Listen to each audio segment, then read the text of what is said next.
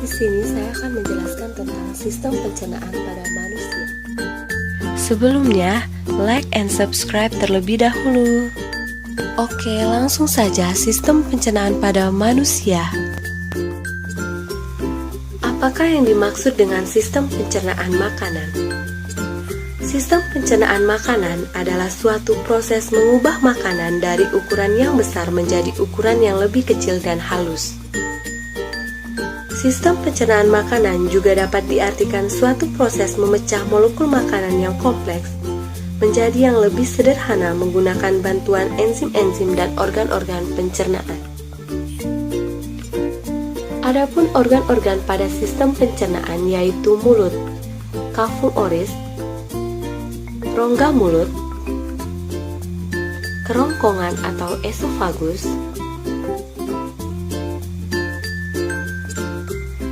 lambung atau ventriculus,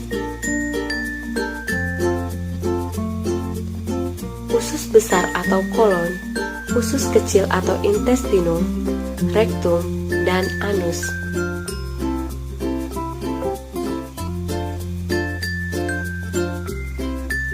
Organ-organ yang membantu dalam sistem pencernaan yaitu kelenjar ludah yang terdapat pada cavum oris,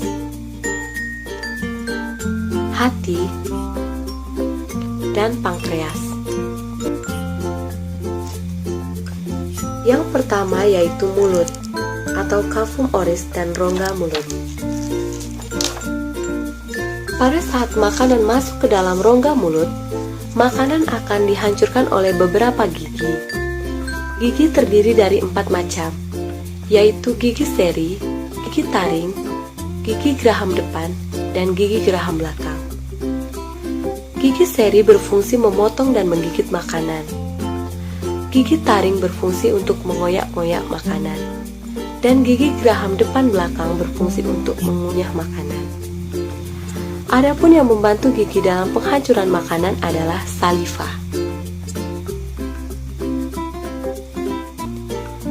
Saliva adalah suatu cairan oral yang kompleks dan tidak berwarna yang ada pada mukosa oral.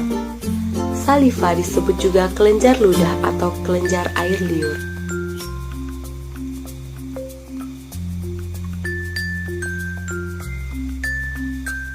Kelenjar air liur berperan untuk mengubah pati dalam makanan menjadi gula dan juga mampu melunakkan makanan. Setelah itu, dengan bantuan lidah.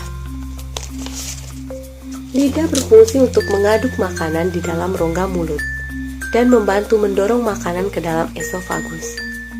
Lidah berfungsi sebagai alat pengecap. Proses yang terjadi di dalam mulut adalah proses pencernaan secara mekanik dan kimiawi. Proses secara mekanik dilakukan dengan gigi dan lidah. Proses kimiawi terjadi dengan bantuan kelenjar air liur pada saat penghancuran makanan.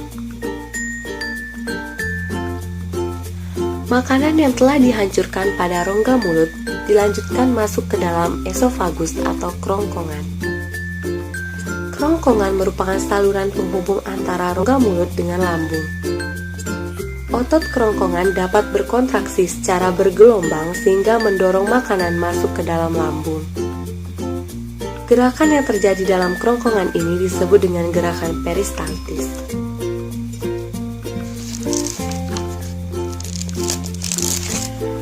Makanan dari kerongkongan akan dilanjutkan masuk ke dalam lambung. Lambung atau ventriculus adalah kantung besar yang terletak di sebelah kiri rongga perut sebagai tempat terjadinya sejumlah proses pencernaan.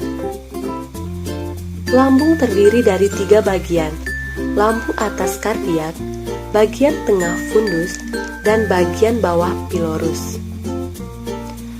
Di dalam lambung terjadi gerakan mengaduk-ngaduk makanan. Dinding lambung mengandung sel kelenjar yang menghasilkan getah lambung.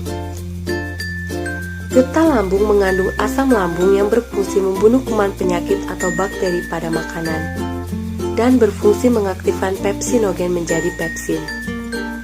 Pepsin berfungsi memecah protein menjadi pepton. Adapun enzim yang membantu juga yaitu enzim renin yang berfungsi menggumpalkan kasein yang terdapat dalam susu. Enzim renin dan pepsin menunjukkan dalam lambung terjadinya proses kimiawi.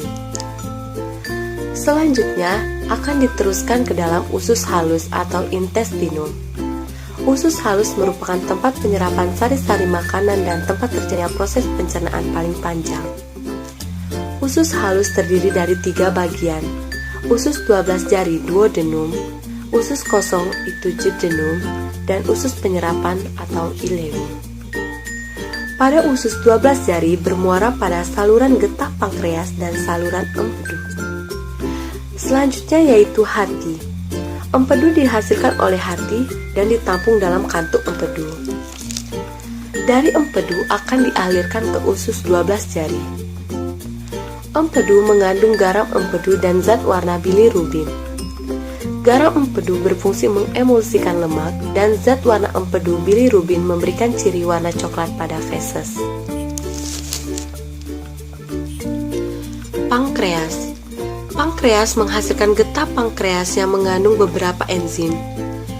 Enzim amilopsin atau amilase pankreas, enzim steapsin atau lipase pankreas, dan enzim tripsinogen yang akan diaktifkan menjadi tripsin. Adapun enzim-enzim yang berfungsi untuk menghancurkan makanan pada usus halus yaitu enzim maltase, enzim laktase, enzim sukrase, enzim tripsin, dan enzim enterokinase.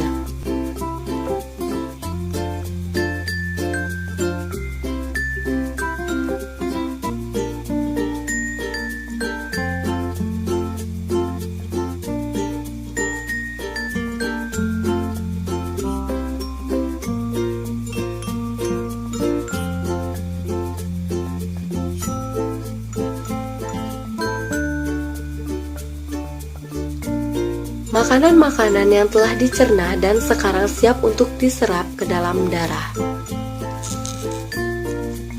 Penyerapan sari-sari makanan dilakukan dalam usus penyerapan atau ileum. Pada dinding usus penyerapan terdapat villi atau jonjot-jonjot usus yang berfungsi memperluas daerah penyerapan usus halus sehingga sari-sari makanan diserap lebih banyak dan cepat.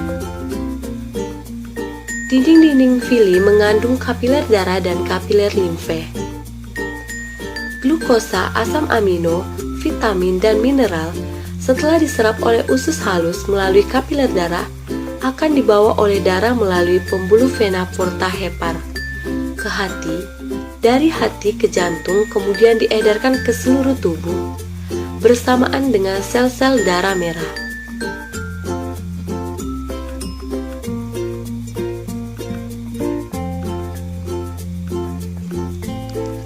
Sari-sari makanan yang mengandung nutrisi disebarkan ke seluruh tubuh dan akan menjadi energi pada tubuh. Makanan yang tidak dicerna di usus halus, misalnya selulosa, bersama dengan lendir akan menuju ke usus besar. Di dalam usus besar terdapat bakteri Escherichia coli. Bakteri ini membantu dalam proses pembusukan makanan menjadi feses. Di dalam usus besar, feses didorong secara teratur dan lambat oleh gerakan peristaltis menuju ke rektum. Otot sphincter rektum mengatur pembukaan dan penutupan anus apabila feses sudah siap dibuang.